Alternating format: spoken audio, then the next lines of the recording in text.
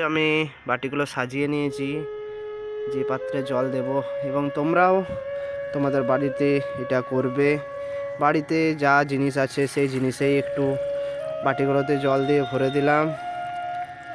সেই জিনিসগুলোতেই করে একটু জল দিয়ে রাখবে যেন পাখিতে জলটা খেতে পারে। কারণ এখন তো চারিদিকে নদী নালায় পুকুরে প্রায় জল শুকিয়ে আসছে। আমাদের এখানে প্রায় অনেক জায়গাতে দেখলাম পুকুরগুলোতে জল নেই, জল শুকিয়েই গেছে প্রায়। তো ওদেরও তো প্রাণ আছে, আমাদের যেমন প্রাণ আছে ওদেরও প্রাণ আছে, তো ওদেরও তো জল তেষ্টা পায়। Welcome back to new blog. আর একটা নতুন ব্লগ নিয়ে চলে এলাম তোমাদের সাথে। তো দেখতেই পাচ্ছ আমি দোকান থেকে চলে এসেছি এখন। এবারে স্নান টান করবো, ওই জন্য পুরো রেডি হয়ে গেছি। আর তার সাথে হাতে মগ বাটি এসব নিয়ে ঘুরছি। তোমাদের মনে কোশ্চেন আসতে পারে এইসব মগ বাটি নিয়ে কি করবে, তো দেখতে থাকো কি করব, এবং তোমাদেরকে জানাবো যে আমি কি করব। তো তো চলো ব্লগটা কন্টিনিউ দেখতে থাকো। দেখতে পাচ্ছ আমি এই সব জিনিস নিয়ে ছাদের মধ্যে চলে যাচ্ছি। দেখতে পাচ্ছ এইসব জিনিস নিয়ে আমি ছাদের মধ্যে উঠছি। ছাদে এখন প্রচণ্ড রোদ,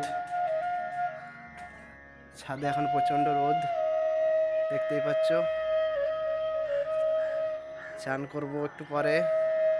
তার আগে তোমাদের জানিয়ে রাখি যে এই যে জিনিসগুলো নিলাম না, কারণ এই জন্য যে আস্তে আস্তে এবারে নদী নালা পুকুর সেসব আসে, সেসবের জল প্রায় শুকিয়ে আসছে। এই যে বাড়ির সামনে পায়রা বসে আছে,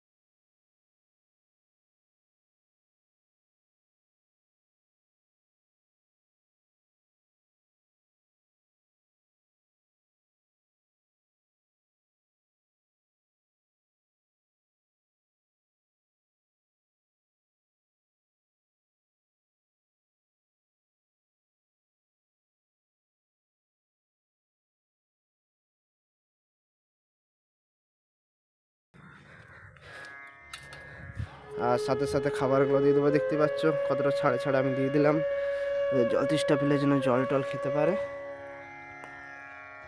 এই যে এখানে দিয়ে দিলাম। এটা খেয়াল রাখবে যে এমন জায়গায় দেবে যেন ঝড়ে টড়ে না পড়ে যায়, কারণ গায়ে টায়ে পড়ে গেলে এটা বিপদ ঘটতে পারে। আমি তো হয়তো ছোট ছোট পাত্রে দিলাম, তোমরা হয়তো বড় বড় পাত্রে দিলে কিন্তু ঝড়ে টড়ে পড়ে গেলে সেটা বিপদ ঘটতে পারে। সেই জন্য একটু সাবধানে দেখে দিবেন। তাহলে জল তো দেওয়া হয়ে গেল, এবারে তার মধ্যে একটু খাবারগুলো দিয়ে দিই। দেখতে পাচ্ছ ওইখানে একটা দিয়েছি, ওইখানে দুটো দিয়েছি, এইখানে একটা দিয়েছি, আর এইখানে একটা দিয়েছি, আর তার মধ্যে সাইডে সাইডে খাবারগুলোও দিয়ে দেবো। তো দেখতে পাচ্ছ এই যে খাবারগুলো আমি সাইডে সাইডে দিয়ে দেবো, যেমন খেতেও পারে ওরা। এই যে দেখতে পেয়েছো এখানে আমাদের এখানে বাড়িতে কত পায়রা বসে আছে, আমি জলের সাইডে সাইডে এই চালগুলো দিয়ে দেবো যেন ওরা খেতে পারে। চালগুলো দিয়ে দিচ্ছি, এখানে চালগুলো দিয়ে দিচ্ছি, ওরাও খেতে পারবে।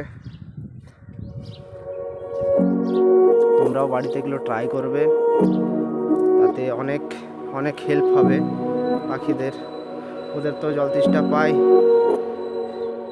আমার চাল দেওয়া কমপ্লিট, এই চালটা একটু বেঁচে গেলো, এটাও দিয়ে দেবো। এই যে দেখতে পেয়েছো পায়রাগুলো এখানে বসে আছে।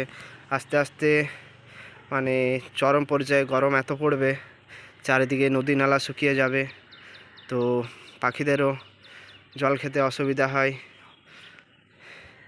চারিদিকে জল শুকিয়ে গেলে। সেই জন্য বাড়িতে এটা সবাই ট্রাই করবে, যতটা পারবে চেষ্টা করবে দেওয়ার। বাড়ির ছাদে, যাদের বাড়িতে ছাদ নেই কি আছে, বাড়িতে সামনেই দিয়ে রাখবে। তো দেখতে পেলে আমি সব কিছু দিয়ে দিলাম, চাল জল সব কিছু দিয়ে দিলাম। এই হচ্ছে আমার বাড়ির সামনের নজারা, দেখতেই পাচ্ছ। তো চলো ভিডিওটা এইখান পর্যন্তই। তো বন্ধুরা দেখলে আমি ছাদের মধ্যে পাত্রে জল এবং কিছু খাবার দিয়ে দিলাম। তো আমিও এটাই বলবো যে তোমরাও বাড়ির ছাদের মধ্যে জল এবং খাবার পাখিদের জন্য দিয়ে রাখো, কারণ ওরাও তো মুখে বলতে জানে না যে আমার জল তেষ্টা পেয়েছে জল খাবো। আমরা যেমন বলি জল তেষ্টা পেয়েছে জল দাও মা, ওরা তো সেটা বলতে জানে না। কারণ চারিদিকে নদী নালা আস্তে আস্তে শুকিয়ে যাচ্ছে, ওদেরও জল খাওয়ার অনেক অসুবিধা হয়। সেই জন্য আমি এটা চিন্তা ভাবনা করলাম যে ছাদের মধ্যে আমরা কোনো পাত্রে যদি জল দিয়ে রাখি ওদেরও জল খেতে সুবিধা হবে, সেই জন্য দিয়ে রাখলাম। তোমরাও দিয়ে রাখো এবং সাবধানে দিয়ে রাখো যাতে ঝড়ে টড়ে গায়ে না পড়ে যায়, এটুকুই। একটু যা করবে একটু সাবধানে। ব্লগটা কেমন লাগলো অবশ্যই কমেন্ট করে জানাবে, আর চ্যানেলে নতুন হয়ে থাকলে অবশ্যই চ্যানেলটা একটা সাবস্ক্রাইব করে দিও। চলো নেক্সট ব্লগে দেখা হবে, টাটা।